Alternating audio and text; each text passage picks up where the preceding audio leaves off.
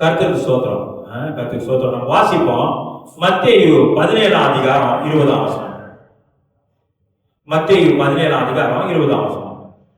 அதற்கு இயேசு, உங்கள் அவிசுவாசத்தினாலே தான், கடுகு விதையளவு விசுவாசம் உங்களுக்கு இருந்தால் நீங்கள் இந்த மலையை பார்த்து இவ்விடம் விட்டு அப்புறம் போ என்று சொல்ல அது அப்புறம் போகும். உங்களால் கூடாத காரியம் ஒன்றும் இராது என்று மெய்யாகவே உங்களுக்கு சொல்லுகிறேன். இயேசு என்ன சொல்றாரு? உங்கள் அவிசுவாசனால்தான் அநேக காரியங்கள் நடக்கல. அநேக காரியம் நடக்கல. கடுகளவு விசுவாசம் உங்களுக்கு இருந்தாலும் அந்த மலையை பார்த்து பெயர்ந்து போ அப்படின்னா போயிடும். உங்களால் கூடாத காரியம் ஒன்றும் இராது அப்படின்னு இயேசு சொல்றாரு. இந்த கடுகு விதையை பார்க்கும்போது இந்த கடுகு விதை ரொம்ப சின்னது. கடுகு விதை ரொம்ப சின்னது, ரொம்ப சின்னது. அந்த அந்த பார்க்கலாம், அது மொத்தமா ரொம்ப வச்சிருந்தா நம்ம பார்க்கலாம். சின்னதா இருந்துச்சுன்னா, 1 2 இருந்துச்சுன்னா கீழே விழுந்தாலும் அது நம்ம கண்டுபிடிக்க முடியாது. ரொம்ப சின்னது கடுகு, ரொம்ப சின்னது. ஆண்டவர் சொல்ல அந்த கடுகு இருக்குது, காணாம போயிடும். கீழே விழுந்தாலும் காணாம போயிடும். அந்த கடுகு விதை அளவுக்கு உங்களுக்கு விசுவாசம் இருந்தாலும் அந்த மலையை பார்த்து பெயர்ந்து போ அப்படின்னு சொன்னா அது அப்படியே நடக்கும் அப்படின்னு இயேசு சொல்றாரு. அப்ப விசுவாசம், நமக்கு விசுவாசம் பெரிய விசுவாசமா சின்ன விசுவாசமான்றது முக்கியம் இல்லை. அந்த விசுவாசம் ஜீவன் உள்ளதா இருக்கணும். விசுவாசம் ஜீவன் உள்ளதா இருக்கணும். அந்த கடுகு நம்ம பார்க்கிறோம், சின்னதா இருக்குது. கடுகு சின்னது. அப்ப அந்த விசுவாசம் சிறுசோ, சில பேர் சொல்லுவாங்க கொஞ்சோண்டு தான் விசுவாசம் இருக்குது. அந்த கொஞ்சம் விசுவாசம், அதான் சொல்றாரு வேதவசத்துல, நீ இருக்கிற கொஞ்சம் பலத்தோட போ, நீ இருக்கிற உனக்கு இருக்கிற கொஞ்சம் பலத்தோடு போன்றாரு. அதே போல நமக்கு விசுவாசம் சின்ன விசுவாசமோ பெரிய விசுவாசமோ, ஆனா அந்த விசுவாசத்துக்குள்ள ஜீவன் இருக்கணும். கர்த்தரோடு நமக்கு ஐக்கியப்பட்டிருக்கணும். ஐக்கியப்பட்டிருக்கும் போது அந்த விசுவாசம் கிரியை செய்யக்கூடியதா இருக்கு. கிரியை செய்யக்கூடியதா இருக்கு. நம்ம பார்க்கிறோம் சில அந்த கடுகு விதை ரொம்ப கிரியதா இருக்குது. ஆனாலும் அப்படி சிறியதா இருக்கிறதான விசுவாசமும் பெரிய காரியத்தை செய்யக்கூடியதா இருக்குது. அந்த விசுவாசம் கடுகு விதை பார்க்கும்போது அது ஜீவன் உள்ளதா இருக்கு. சின்னதுதான், ஆனா அதை போட்டா என்ன செய்யுது? அது தொடர்ந்து இருந்து சின்னதா இருந்து அப்படியே பெருசா ஒரு மரமாயி விளையக்கூடியதா இருக்கு. அதுக்கு ஆற்றல் நிறைந்ததா இருக்கு. சின்னதுதான், அந்த கடுகு சின்னதுதான், ஆனாலும் அதுக்கு ஆற்றல் நிறைந்ததா இருக்கு. அந்த கடுகு விதை ஆற்றல் நிறைந்ததா இருக்கு. நான் பார்க்க ஒருவேளை ஒன்றும் இல்லாதவர்களா இருக்கலாம், சின்னதா இருக்கலாம், கொஞ்சம் விசுவாசம் தான் நமக்கு இருக்கலாம், மற்றவங்க பார்த்து நம்மள அற்பமா எண்ணக்கூடிய நிலவரத்துல கூட இருக்கலாம். ஆனா கர்த்தர் அற்பமான நம்மளை கொண்டு பெரிய காரியத்தை செய்ய வல்லவராக இருக்கிறார். அற்பமான நம்மளை கொண்டு பெரிய காரியத்தை கர்த்தர் செய்ய வல்லவராக இருக்கிறார். நம்ம கொஞ்சம் விசுவாசம் இருந்தா போதும், கொஞ்சம் விசுவாசம் இருந்தா போதும். கர்த்தரை பற்றி கொண்டு இருக்கணும், அதான் முக்கியம். கர்த்தரை பற்றி கொண்டு இருக்கிறோம், நமக்கு கொஞ்சம் விசுவாசம் இருக்கும், கடுகளவு விசுவாசம் இருக்கு. கர்த்தர் பெரிய காரியத்தை செய்ய வல்லவரா இருக்கிறாங்க. ஆனா அந்த காலகட்டத்தில் பார்க்கும்போது அவங்களுக்கு விசுவாசம் இல்லைன்னு ஆண்டவர் சொல்றாரு. விசுவாசம் இல்ல, கடுகளவு விசுவாசம் கூட இல்ல. கடுகளவு விசுவாசம் உங்களுக்கு இருந்தாலும் அந்த மலையை பார்த்து பெயர்ந்து போ அப்படின்னு சொன்னா என்ன செய்யுமா? அது பெயர்ந்து போயிருப்பான். ஆனா அந்த விசுவாசத்துக்கு பெரிய வல்லம் இருக்குது. அந்த ஏன் விசுவாசத்துக்கு பெரிய வல்லம் இருக்குது? நம்ம யாரை விசுவாசிக்கிறோம்? தேவனை விசுவாசிக்கிறோம், ஜீவனோட தேவனை விசுவாசிக்கிறோம். சில பேர் பாருங்க கிறிஸ்தவங்க கூட இருக்கிறாங்க. விசுவாசம்னா என்ன? நம்ம நம்மள நம்புறது இல்ல, தேவனை நம்மளுக்கு கர்த்தர் செய்வாங்க. ஆனா அநேகர் பாருங்க நம்ம என்ன சொல்றாங்க? உங்களை நம்புங்க, உங்களை நம்புங்க அப்படின்னு சொல்லி சயின்டிபிக் முறையில கிறிஸ்தவங்க கூட இப்படி செய்யற சில பிரசங்கியார பார்க்கணும். உங்களால முடியும், நம்புங்க, சுய முயற்சியில சார்ந்து ஜீவிக்க சொல்றாங்க. ஆனா இந்த விசுவாசம் சொல்றது சுய முயற்சியில சார்ந்து ஜீவிக்கிறது இல்ல. விசுவாசம் சொல்றது தேவனால கூடும், தேவன் எனக்கு அந்த காரியத்தை வாய்க்க பண்ணுவாரு அப்படின்னு. நம்ம உதாரணத்துக்கு நம்ம ஒரு பொருள் வாங்க காசு வச்சிருக்கிறோம்னு வச்சுக்கோமே, பொருள் வாங்க காசை வச்சிருக்கிறோம், அது நம்ம போய் காசு கொடுத்தா அந்த பொருள் நமக்கு கிடைக்கும். அதுக்கு நம்ம விசுவாசம் தேவையில்லை, விசுவாசம் தேவையில்லை. எந்த பொருள் நம்ம வாங்குறதுக்கு இருக்கிறோம், ஆனா நமக்கு பணம் இல்லை, எந்த காரியம் நம்ம செய்ய, நம்ம எழுந்திருச்சு நடக்கிறோம், எழுந்திருச்சு கொஞ்சம் தூரம் நடந்து போகணும், இதோ இங்க இருந்து அந்த பாத்ரூமுக்கு நடந்து போனோமோ இல்ல பக்கத்து கடைக்கு நடந்து போனோமோ நடந்து போகணும். ஆனா நம்மளால நடக்க முடியல. நம்ம எங்க இருக்கோம்? படுக்கையில இருக்கோம், இல்ல அந்த வீல் சேர்ல இருக்கிறோம். அப்ப வீல் சேர்ல இருக்கிறோம், நம்ம விசுவாசிக்கிறோம், நடந்து போவேன் விசுவாசிக்கிறோம். அதுதான் விசுவாசம். இப்ப நான் நடந்து போவேன் அங்க அப்படின்னு சொல்றது விசுவாசமா? ஏன்னா என்னால நடக்க முடியுது, என்னால நடக்க முடியுது. என்னால செய்ய முடியாத காரியத்தை தான் நான் விசுவாசிக்கணும். கர்த்தர் செய்வார். சில பேர் சொல்லுவாங்க அது என்ன சாத்தியமே இல்லை, அதை போய் சொல்ற. சாத்தியம் இல்லாத காரியத்தை செய்யறது அற்புதம். அதுதான் கர்த்தர் செய்ய வல்லவரா இருக்கிறார். நம்ம சுயத்துல, அதனாலதான் நம்ம சுயத்துல அநேக காரியங்களை நம்ம விசுவாசம் ஆனா சுயத்துல செய்ய ஆரம்பிப்போம். ஆனா சுயத்துல செஞ்சா அது நடக்காது. நம்மளோட பலத்துல செய்ய போறோம், நம்மளோட பலத்தினால முடியாதுன்னு நமக்கு தெரிஞ்சிருச்சு. ஆனாலும் நம்ம செய்ய நினைச்சா அது நடக்காது. அதனாலதான் கர்த்தர் மேல சார்ந்து ஜீவிக்கணும், கர்த்தர் மேல நம்மளோட விசுவாசத்தை வைக்கணும். அப்ப கர்த்தர் மேல விசுவாசத்தை வைக்கும் போது அந்த காரியம் நடக்கக்கூடியதா இருக்கு. நம்ம பார்க்கிறோம் நடக்க கூடியதா இருக்குது. இன்னொரு காரியம், இப்ப ஒரு காரியத்துக்காக நம்ம ஜெபிக்கிறோம், விசுவாசிக்கிறோம், நடக்கணும். அந்த காரியம் நமக்கு தேவையான காரியமா இருக்கணும். நம்ம வீட்டுல தேவையான காரியமா இருக்கணும். ஓ விசுவாசம் நடக்காத காரியமா? அப்ப என் வீட்டுல ஒரு பிரைவேட் ஜெட் இருக்குது, நான் விசுவாசிக்க போறேன், அந்த பிரைவேட் ஜெட் வாங்க போறேன் அப்படின்னு விசுவாசிச்சு ஜெபிக்க முடியுமா? நமக்கு என்ன தேவை? நமக்கு என்ன தேவை? ஆதாம் பாருங்க, ஆதாம் ஏவாள் விழுந்து பாவத்துல விழுந்து போயிட்டாங்க. அப்ப அவங்க என்ன செய்யறாங்க? அத்தி இலையை பறிச்சு வச்சுக்கிட்டு இருக்கிறாங்க. கர்த்தர் என்ன செஞ்சாரு? அவங்களுக்கு ஆடை தேவை. அப்ப தோல் ஆடையை உண்டு பண்ணி கர்த்தர் கொடுத்தாரு. தோல் ஆடையை உண்டு பண்ணி கர்த்தர் கொடுத்தாரு. அவங்களுக்கு தேவை அது. அதே போல நம்ம விசுவாசத்துல கேட்கறதான காரியம் நமக்கு தேவையா இருக்கணும். தேவையில்லாத காரியங்கள், ஓ கிடைக்காத காரியமா, கிடைக்க வாய்ப்பே இல்லையா, அப்ப இப்படி கேட்போம் அப்படின்னு சொல்லி நம்ம கேட்க கூடாது. நம்ம கேட்கறதுக்கான காரியம் நமக்கு நம்மை சார்ந்ததா இருக்கணும், நமக்கு தேவையான காரியமா இருக்கணும். இப்ப நம்ம வேலைக்கு போறோம், ஓ வாகனம் இல்ல, வாகனம் இருந்தாதான் போக முடியும், இல்லாட்டி முடியாது. அந்த மாதிரி காரியத்தை நம்ம கேட்கலாம். நமக்கு வீடு இல்ல, வீடு இல்ல, நமக்கு வீடு தேவை, ஆனா வீடு வாங்க வழி இல்ல, பணம் இல்ல, வேலை செய்யறோம் ஆனா பேசி கூட இல்ல, அந்த அளவுக்கு வீடு வாங்குற அளவுக்கு சம்பளமும் இல்ல. நம்ம அந்த மாதிரி காரியத்தை நம்ம என்ன செய்யணும்? நம்ம விசுவாசத்தை கர்த்தர் செய்வார் விசுவாசிக்கணும். நம்ம நடக்கவே முடியாது, நமக்கு தேவையில்லாத காரியம், நமக்கும் அந்த காரியத்துக்கு சம்பந்தமே இருக்காது.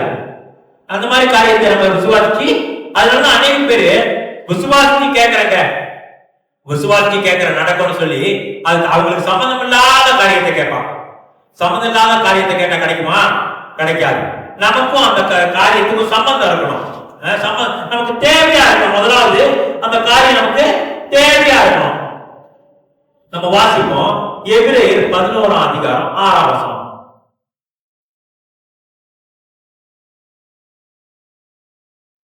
விசுவாசம் இல்லாமல் தேவனுக்கு பிரியமா இருப்பது கூடாத காரியம். ஏனென்றால் தேவனிடத்தில் சேருகிறவன் அவர் ஒன்றென்றும் அவர் தம்மை தேடுகிறவருக்கு பலன் அளிக்கிறவர் என்றும் விசுவாசிக்க வேண்டும். நம்ம விசுவாசம் இல்லாம தேவன் என்ன செய்ய முடியாதா? பிரியப்படுத்த முடியாது. நம்ம விசுவாசிச்சு காரியங்களை பெற்றுக் கொள்ளணும். நம்ம விசுவாசிக்கிறோம் தேவன் உண்டு, தேவன் நாம் கேட்டா கொடுப்பாரு அப்படின்னு விசுவாசிக்கணும். அது என்னது? தேவனை பிரியப்படுத்துற காரியமா இருக்குது. தேவனை பிரியப்படுத்தணும் என்ன செய்யணும்? நமக்கு தேவையான காரியங்களை விசுவாசிச்சு தேவனிடத்துல கேட்டு பெற்றுக் கொள்ளணும். தேவனிடத்துல கேட்டு அந்த காரியத்தை பெற்றுக் கொள்ளணும். அந்த காரியம் எப்படி நம்ம விசுவாசிக்கிறோம்? நமக்கு நம்ம தேவனோட ஐக்கியப்பட்டிருக்கோம்னா, தேவனோட ஐக்கியப்பட்டிருக்கோம். நம்ம என்ன காரியத்தை தேடிக்கிட்டு இருக்கிறோம்? நாம் கர்த்தருக்குள்ள எப்படி ஐக்கியப்பட்டிருக்கிறோம்? எப்படியா கர்த்தரோட வார்த்தைக்கு கீழ்ப்படிஞ்சு நடக்கிறோம்? இதெல்லாம் ரொம்ப முக்கியமா இருக்குது. நம்ம தேவனோட ஐக்கியப்படல, நம்ம உலகத்தோடு ஓடிக்கிட்டு இருக்கிறோம். நம்மளோட தேவைகள்லாம் எப்படி இருக்கும்? நமக்கு தேவையான காரியமா இருக்காது. சொல்லுவாங்க நிக்கிய இடம் இல்ல பறக்க இடம் தேடலாம் அப்படின்னு. நிக்கிய இடம் இல்ல, ஆனா பறக்க நமக்கு சம்பந்தம் உள்ளதா இருக்கணும், நமக்கு தேவையான காரியமா இருக்கணும். அப்ப நம்ம அந்த காரியத்தை கேட்கும் போது கர்த்தர் நிச்சயமா கொடுப்பாரு விசுவாசிக்கணும். நிச்சயமா கொடுப்பாரு. நான் இந்த நிலவரத்துல இருக்கிற ஆண்டவரே, இப்படி இருக்கிற ஆண்டவரே, இப்படிதான் நம்ம எல்லாம் கேட்டு அநேக காரியங்களை பெற்றுக் கொண்டிருக்கிறோம். யோசிச்சு பாருங்க, எவ்வளவு காரியத்தை கர்த்தரிடத்துல தேவையான காரியத்தை கேட்டு பெற்றுக் கொண்டிருக்கிறோம். கர்த்தர் கொடுத்திருக்கிறார், கர்த்தர் நிச்சயமா கொடுப்பாரு. கொடுத்திருக்கிறார், அநேக காரியங்களை கொடுத்திருக்கிறாரு. நம்ம நினைப்போம் அந்த காரியம் எனக்கு தேவை, ரொம்ப தேவையா இருக்குது, ஆனா எனக்கு கிடைக்க, எனக்கு அந்த காரியம் கிடைக்க கைகூடி வர்றதுக்கு வாய்ப்பே இல்லை. ஆனா காலப்போக்கில் கர்த்தர்கிட்ட நம்ம ஜெபிச்சு கேட்கிறோம், எவ்வளவு காரியம் கர்த்தர் அந்த காரியத்தை செஞ்சிருக்கிறார், நமக்காக காரியத்தை செய்திருக்கிறார். கர்த்தர் நிச்சயமா நம்ம விசுவாசிச்சு கேட்கும் போது கர்த்தர் நிச்சயமா கொடுக்க வல்லவரா இருக்கிறார். நம்ம பார்க்கிறோம். விசுவாசம் இல்லாம தேவனை பிரியப்படுத்த முடியாது. நம்ம விசுவாசிக்கிறோம், தேவனோடு ஐக்கியப்பட்டிருக்கிறோம், தேவன் ஒன்றென்று விசுவாசிக்கிறோம், தேவனோடு அங்க என்னத்தை பார்க்கறாங்க, நமக்கும் தேவனுக்கும் ஒரு ஐக்கியம் இருக்குது. தேவனுக்கும் நமக்கும் ஒரு ஐக்கியம் இருக்குது. தேவனுக்கும் நமக்கும் ஐக்கியம் இல்லாமையே தேவன் இருக்கிற தேவன் கொடுப்பாருன்னு விசுவாசம் இல்லை. ஆனா அங்க போனா கிடைக்குமா, ஏதோ பார்ப்போம் அப்படின்னு சொல்லி போக முடியுமா? கர்த்தர் கொடுப்பாருன்னு நிச்சயமா விசுவாசம் நம்ம இருதயத்துல இருக்கணும். கர்த்தர் கொடுப்பாருன்னு நிச்சயம் நம்ம இருதயத்துல அந்த நிச்சயம் இருக்கணும், அந்த விசுவாசம் இருக்கணும். அந்த சின்ன விசுவாசம் பெரிய காரியத்தை செய்யக்கூடியதா. விசுவாசத்தை வந்து யாராலையும் பார்க்க முடியாது. கண்ணுல ஐயோ அவங்களுக்கு இவ்வளவு விசுவாசம் இருக்குது, இவங்களுக்கு அவ்வளவு விசுவாசம் இருக்குன்னு பார்க்க முடியுமா? பார்க்க முடியாது. விசுவாசத்தை பார்க்க முடியாது. அது தேவனுக்கும் நமக்கும் உள்ளதா இருக்கு. அந்த விசுவாசம் அவங்களுக்கும் தேவனுக்கும் தான் தெரியும். தேவனை எந்த அளவுக்கு விசுவாசிக்கிறாங்கன்னு, தேவனை எந்த அளவுக்கு விசுவாசிக்கிறாங்கன்னு அவங்களுக்கும் தேவனுக்கும் தான் தெரியும். ஆனா அவங்க விசுவாசிச்சா, கொஞ்சம் விசுவாசிச்சு கர்த்தர் வழியில் நடக்கும் போது, விசுவாசிச்சு கர்த்தர் வழியில் நடந்துட்டு இருக்கும் போது கர்த்தர் பெரிய காரியத்தை செய்ய வல்லவரா இருக்கிறார். சில பேர் நினைப்பாங்க, இது சரிப்பட்டு வராதியா, இது சரிப்பட்டு வராது, பாதியிலே எங்கேயோ போயிடும், வாழ்க்கை சரிப்பட்டு வராது, இது வாழ்க்கை எப்படி வீணா போயிரும், இவன் வாழ்க்கை வீணா போயிரும், அவங்க வாழ்க்கை வீணா போயிரும், இந்த மனுஷன் சபைக்கு வந்திருக்கிறார், இந்த வாழ்க்கை வீணா போயிரும் அப்படின்னு மத்தவங்க சொல்லுவாங்க. ஆனா நம்ம கர்த்தருக்குள்ள விசுவாசம் இருக்கிறபடினால ஒரு 10 வருஷம் 15 வருஷம் பார்க்கும்போது ஆச்சரியப்பட்டு பார்ப்பாங்க, ஓ மெய்யாகவே கர்த்தருக்குள்ளதான் இருக்கிறாங்க, விசுவாசி கர்த்தருக்கு வழியில நடக்கிறாங்க. இந்த சின்ன கர்த்தரோடு இருக்கிறதான ஐக்கியம், சின்ன ஐக்கியம் எவ்வளவு காலம் பாதுகாக்க வல்லமையுள்ளதா இருக்குது. இந்த சின்ன ஐக்கியம், கர்த்தரோடு ஒரு சின்ன விசுவாசம் வச்சிருக்கிறோம், கர்த்தரை நம்புறோம், கர்த்தர் ஒரு நாளைக்கு எங்களை வந்து கொண்டு போவாரு, அவருக்காக காத்து கொண்டிருக்கிறோம் அப்படின்னு ஒரு சின்ன விசுவாசம் நம்ம வச்சிருக்கிறோம். அவளோடு கர்த்தருக்காக காத்து கொண்டிருக்கிறோம். கர்த்தர் நிச்சயமா காரியத்தை வாய்க்க பண்ணுவாரு. ஒரு நாள் கர்த்தர் 2ஆம் தர இயேசு கிறிஸ்து வந்து பூமியில எங்கெல்லாம் எடுத்துக்கொண்டு போவாரு அப்படின்னு ஒரு சின்ன விசுவாசம் வச்சிருக்கிறோம். அந்த விசுவாசம் பெரிய காரியத்தை செய்யக்கூடியதா இருக்குது. அந்த சின்ன விசுவாசம் நம்ம பரலோகத்துக்கே கொண்டு போகக்கூடியதா இருக்குது. நம்ம பரலோகத்துக்கே கொண்டு, ஏன் நம்ம கர்த்தர் மேல விசுவாசம் வச்சிருக்கிறோம், நம்ம கர்த்தர் மேல விசுவாசம் வச்சிருக்கிறபடினால அந்த சின்ன விசுவாசம் என்ன செய்யக்கூடியதா இருக்குது, நம்ம பரலோகத்துக்கு கொண்டு போகக்கூடியதா இருக்குது, நித்திய ஜீவனை பெற்றுக் கொள்ளக்கூடியதா இருக்குது. இந்த உலகத்துல பாக்குறோம், அநேகருக்கு நித்திய ஜீவன்னா என்னன்னு தெரியல, நித்திய ஜீவன் என்னன்னு தெரியல. இப்பிரபஞ்சத்தின் தேவனானவன் அவரோட கண்களை குருடாக்கி வைத்திருக்கிறான். நித்திய ஜீவன்னா என்ன அப்படின்னு இந்த உலக ஜனங்களுக்கு ரட்சிக்கப்படாதவங்களுக்கு தெரியாது. ஆனா கர்த்தரே நமக்கு நித்திய ஜீவனை கொடுப்பேன்னு வாக்களிச்சிருக்கிறார். அநேகருக்கு நித்திய ஜீவனா அப்படின்னா என்னையா அப்படின்னு கேட்பாங்க, தெரியாது. ஏன்னா இப்பிரபஞ்சத்தின் தேவனானவன் அவரோட கண்களை குருடாக்கி வைத்திருக்கிறான். அப்ப கர்த்தர் நம்மளை ரட்சித்து நம்ம ஒரு காலத்துல நம்ம குருடா இருக்கோம், கர்த்தர் நம்ம கண்களை திறந்திருக்கிறாரு. அந்த நித்திய ஜீவனை பார்க்க கண்களை திறந்திருக்கிறாரு. தேவனுடைய ராஜ்யத்தையும் நீதியும் தேடுகள் உங்களுக்கு எல்லாம் கூட கூட கூட கொடுக்கப்படும் வாசிக்கிறோம். ஒருவன் ஜலத்தினாலும் ஆவினாலும் பிறவாவிட்டால் தேவனுடைய ராஜ்யத்தை காண்பதில்லை, காண்பதே இல்லை. ஒருத்தர் ஜலத்தினாலும் ஆவினாலும் பிறந்தாதான் தேவனுடைய ராஜ்யத்தை காண முடியும், தேவனுடைய ராஜ்யத்தை காண முடியும். நம்ம தேவனோட ராஜ்யத்தை தேவன் காணும்படியா நம்ம கண்களை திறந்திருக்கிறாரு. அநேகரை பார்க்கிறோம், தேவனோட ராஜ்யத்தை காண முடியல. ஏன் காண முடியல? அது ஆவிக்குள்ளானதா இருக்குது, அன்பின் குமாரனின் ராஜ்யமா இருக்கு. அதான் வேதவசனத்துல வாசிக்கிறோம், அந்த கால இருளில் நம்மை ஆச்சரியமான ஒளிக்கும் அன்பின் குமாரனின் ராஜ்யத்துக்கு உட்படுத்தின பிதாவாகிய தேவனை ஸ்தோத்திரிப்போம் வாசிக்கிறோம். அப்ப நம்ம தேவன் எங்க கொண்டு வந்திருக்கிறாரு? அன்பின் குமாரனோட ராஜ்யத்துக்குள்ள நம்ம வைத்திருக்கிறாரு. ஆனா ஜலத்தினாலும் ஆவினாலும் பெறவாவிட்டால் அந்த தேவனோட ராஜ்யத்தை, அன்பின் குமாரனோட ராஜ்யத்தை காண முடியாது. ஏன்னா பிசாசு கூடாக்கி வைத்திருக்கிறான். இப்படிதான் தேவன் வைத்திருக்கிறதான் அநேக ஆசீர்வாதங்களை, நித்திய ஜீவனை, பரலோக ராஜ்யத்தை, தேவனை அறியாத ஜனத்தை பார்க்காதபடிக்கு பிசாசானவன் பிரபஞ்சத்தின் தேவனானவன் என்ன செஞ்சு வச்சிருக்கிறான்? கண்களை குருடாக்கி வைத்திருக்கிறான். கர்த்தருக்கு சோத்திரம். கர்த்தர் நம்ம கண்களை திறந்திருக்கிறாரு. அதுக்காக கர்த்தருக்கு சோத்திரம். அல்லேலூயா. கர்த்தருடைய கண்களை திறந்திருக்கிறாரு. தேவனோட ராஜ்யத்தை காணும்படியாகவும் அந்த அன்பின் குமாரனோட ராஜ்யத்துல பிரவேசிக்கும்படியாகவும் கர்த்தரே நமக்கு காரியங்களை வாய்ப்பு செய்திருக்கிறாரு. நாம் விசுவாசிச்சா கர்த்தர் நிச்சயமா செய்வாரு. விசுவாசிச்சா பூமியில எதை கட்டுகிறீர்களோ அது பரலோகத்துல கட்டப்பட்டிருக்கும். பூமியில எவைகளை கட்டவிழ்க்கிறீர்களோ அது பரலோகத்துல கட்டவிழ்க்கப்பட்டிருக்கும் சொல்லி கர்த்தர் இப்படிப்பட்டதான பெரிதான ஒரு வெளிப்படுத்தல் நம்மளோட கருத்துல கொடுத்திருக்கிறாரு. நாம் எதை குறிச்சு பயப்படணும்? எதை குறிச்சு பயப்பட வேண்டிய அவசியம் இல்ல. நம்ம பயப்பட வேண்டிய காரியம் எல்லாம் தேவனை துக்கப்படுத்திடுவோம்னு தான் நம்ம பயப்படணும். இந்த உலகத்துல எந்த காரியத்தை குறிச்சு நமக்கு பயம் வரக்கூடாது. நமக்கு வர வேண்டிய காரியம் எல்லாம் நம்ம ஒரு தவறு செய்து கர்த்தரை துக்கப்படுத்திடுவோமோ, இவ்வளவாய் தேவன் என் மேல் அன்பு கூர்ந்தாரு, இவ்வளவாய் அவருடைய சொந்த ஜீவனை எனக்கு கொடுத்தாரு, இவ்வளவாய் அவருடைய சொந்த மகனை எனக்காக சிலுவையில அறையும்படியா கொடுத்தாரு, என்னுடைய பாவத்துக்காக அடிக்கப்பட்டாரு, அந்த தேவனை நான் துக்கப்படுத்திடுவேனோ அப்படின்னு தான் நமக்கு என்ன வரணும்? பயம் வரணும். மனுஷனுக்கு பயப்பட பயம் கண்ணிய வருவிக்கும். மனுஷனை பார்த்து பயப்படக்கூடாது. கர்த்தர் மேல பயமும் பக்தியும் நமக்கு இருக்கணும். மனுஷனுக்கு பயப்படும் பயம் கண்ணிய வருவிக்க கூடியதா இருக்குது. அதான் மனுஷனை பார்த்து நம்ம பயப்படக்கூடாது. மனுஷனை பார்த்து பயப்படக்கூடாதுன்னா தேவன் பேர்ல பயம் இருக்கணும். தேவன் பேர்ல நமக்கு பயம் இருக்கணும், கீழ்ப்படிதல் இருக்கணும். கர்த்தர் இப்படியா நம்மை தெரிந்து கொண்டு வழி நடத்தி இருக்கிறாரு. இப்படி நம்ம விசுவாசமா காரியத்தை கேட்கும் போது, விசுவாசத்தோடு காரியத்தை கேட்கும் போது கர்த்தர் நிச்சயமா செய்ய வல்லவரா இருக்கிறாரு. நம்ம அன்பின் குமாரன் ராஜ்யத்துல இருக்கிறோம்னு நம்ம முதலாவது விசுவாசிக்கிறோம். அந்த கால இருளின் நம்மை ஆச்சரியமான ஒளிக்கும் அன்பின் குமாரன் ராஜ்யத்துக்கு உட்படுத்தின பிதாவாகிய தேவனுக்கு சோத்திரம்னு நம்ம வாசிக்கிறோம். நம்ம பாக்குறோம், நம்ம விசுவாசிச்சு ஒரு காரியத்தை நினைக்கும் போது இந்த மலை மாதிரி ஒரு காரியத்தை வந்து நிற்கும். என்ன தெரியுமா? அதான் பயம். கிடைக்குமா கிடைக்காதா, வருமா வராதா, தெரியுமா தெரியாதா, கொடுப்பாங்களா கொடுக்க மாட்டாங்களா, நிப்பாங்களா நிக்க மாட்டாங்களா. அப்ப என்ன நிற்கும்? விசுவாசி ஜெபிக்கும் போதுதான் பயம்ன்றதான மலை நம்ம முன்னுக்கு வந்து நிற்கும். பயம்ன்றதான மலை நம்ம முன்னுக்கு நிற்கும். அந்த மலையை மேற்கொள்ளணும். மலையை மேற்கொள்ளணும். அந்த மலை என்ன செய்யறோம்? விசுவாசிச்சா அந்த மலையும் பெயர்ந்து போயிடும். அந்த பயம்ன்றதான மலை பெயர்ந்து போயிடும்.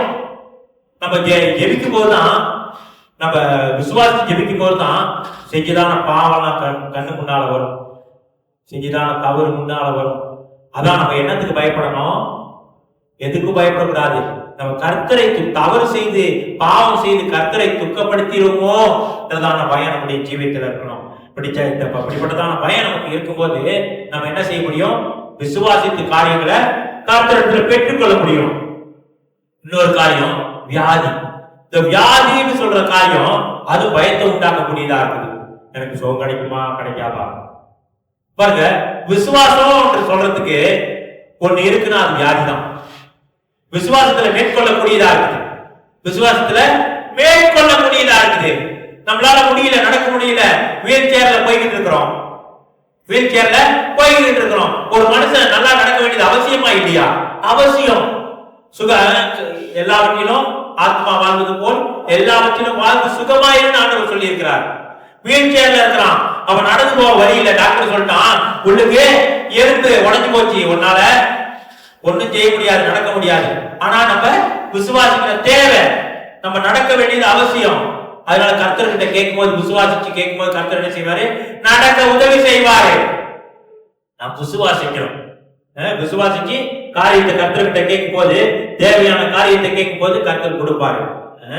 சில பேருக்கு வந்து அந்த காரியம் சாத்தியமே இல்லை, ஆனா அதனால சாத்தியம் இல்லை நடக்கிறதுக்கு 1% கூட வாய்ப்பு இல்லை. ஆனா அந்த காரியம் நமக்கு தேவை.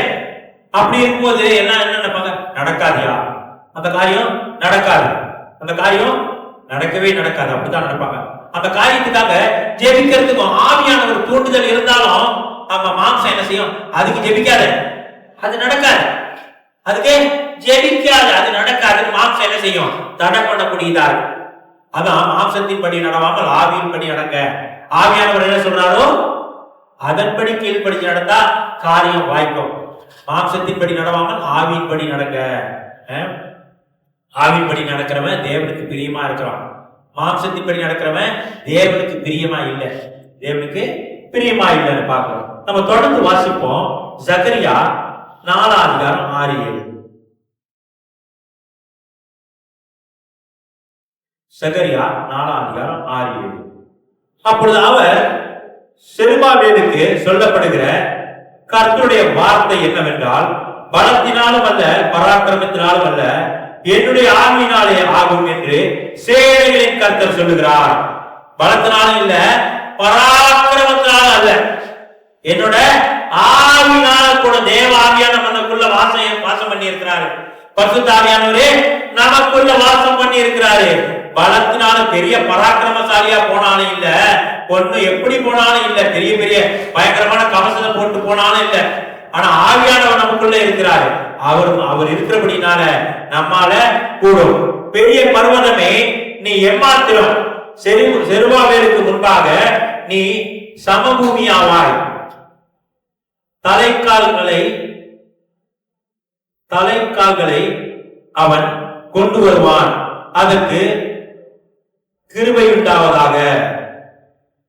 உண்டாவதாக என்று ஆர்ப்பரித்தார் என்றார். பாருங்க, நம்ம பலம் இருக்குது, என்னால செய்ய முடியும்ன்றதுனால இல்ல, கர்த்தர் செய்வார்ன்றதான விசுவாசம். என்னால செய்ய முடியும், என்னால ஒரு காரியத்தை நம்மளால செய்ய முடியும், அதை நம்ம விசுவாசிக்க வேண்டிய அவசியம் இல்லை. அப்ப நம்ம என்ன காரியத்தை விசுவாசிக்கணும்? நம்மளால செய்ய முடியாது, ஆனா அது நடக்கணும். அதான் விசுவாசம். எப்படி நடக்கும்? கர்த்தர் நமக்காக செய்ய வல்லவராக இருக்கிறாரு. கர்த்தர் நமக்கு செய்ய வல்லவராக இருக்கிறாரு பார்க்கிறோம். நம்ம இந்த விசுவாசத்தை என்ன செய்யணும்? பயிற்சி செய்யணும். விசுவாசத்தை நம்ம பயிற்சி செய்யணும். நம்ம கர்த்தருக்கு உண்மையா ஜீவிக்கணும். கர்த்தரோட காரியங்களை கை கொண்டு நடக்கிறோம். அப்ப நம்ம என்ன செய்யணும்? ஜெபிச்சு என்ன செய்யணும்? பிராக்டிஸ் பண்ண ஆரம்பிக்கணும். இந்த காரியத்தை கர்த்தர் செய்வார், இது எனக்கு தேவை. சின்ன சின்ன காரியங்களுக்காக நம்ம ஜெபிச்சு பெற்றுக் கொள்ளும் போது, நம்ம ஒரு பெரிய பிரச்சனையில மாட்டிக்கொள்ளும் போது, அந்த எக்ஸசைஸ் என்ன செய்யும்? நமக்கு மறுபடியும் நான் அப்படிதான் தாவீது ராஜா பெற்றுக்கொண்டார் அற்புதத்தை. தாவீது ராஜா அப்படிதான் அற்புதத்தை பெற்றுக்கொண்டாரு. அவரு ஆடு மேய்க்கும் போது ஒரு கரடியை சிங்கத்தையும் கொண்டாரு. எப்படி கொண்டாரு? விசுவாசத்தினால கொண்டாரு. தாவீது ராஜா ஒரு கரடியை சிங்கத்தையும் கொண்டாரு.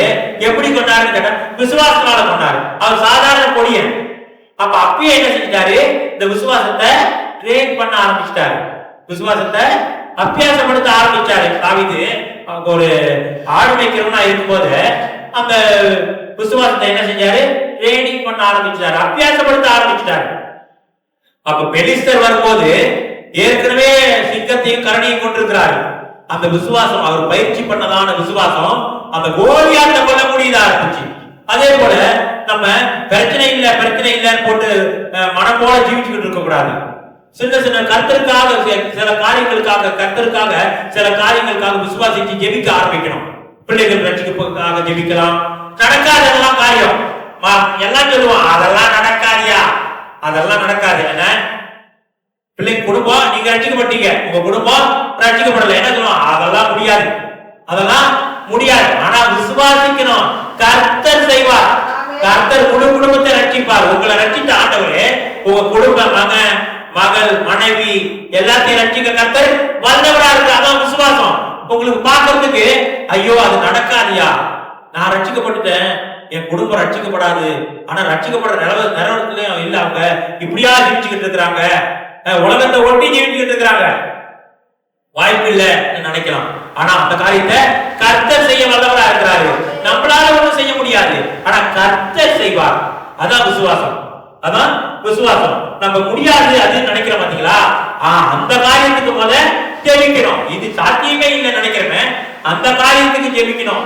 ஜெபிக்கும் போது கர்த்தர் காரியத்தை வாய்ப்பு பண்ணுவாரு. இந்த கிறிஸ்தவ வாழ்க்கையில நம்ம திரும்பி பார்க்கும்போது அநேக காரியங்களுக்கு ஜெபிச்சு விசுவாசத்தோட ஜெபிச்சு ஆசீர்வாதத்தை பெற்றுக் கொண்டிருக்கிறோம். அப்ப இந்த காரியத்துக்கு என்ன செய்யணும்? இது முக்கியமான காரியமா இருக்குது. ஏற்கனவே பெற்றுக்கொண்ட வெற்றி நினைச்சு இப்ப பெறப்போற வெற்றிக்காக ஜெபிக்க வேண்டியதான்.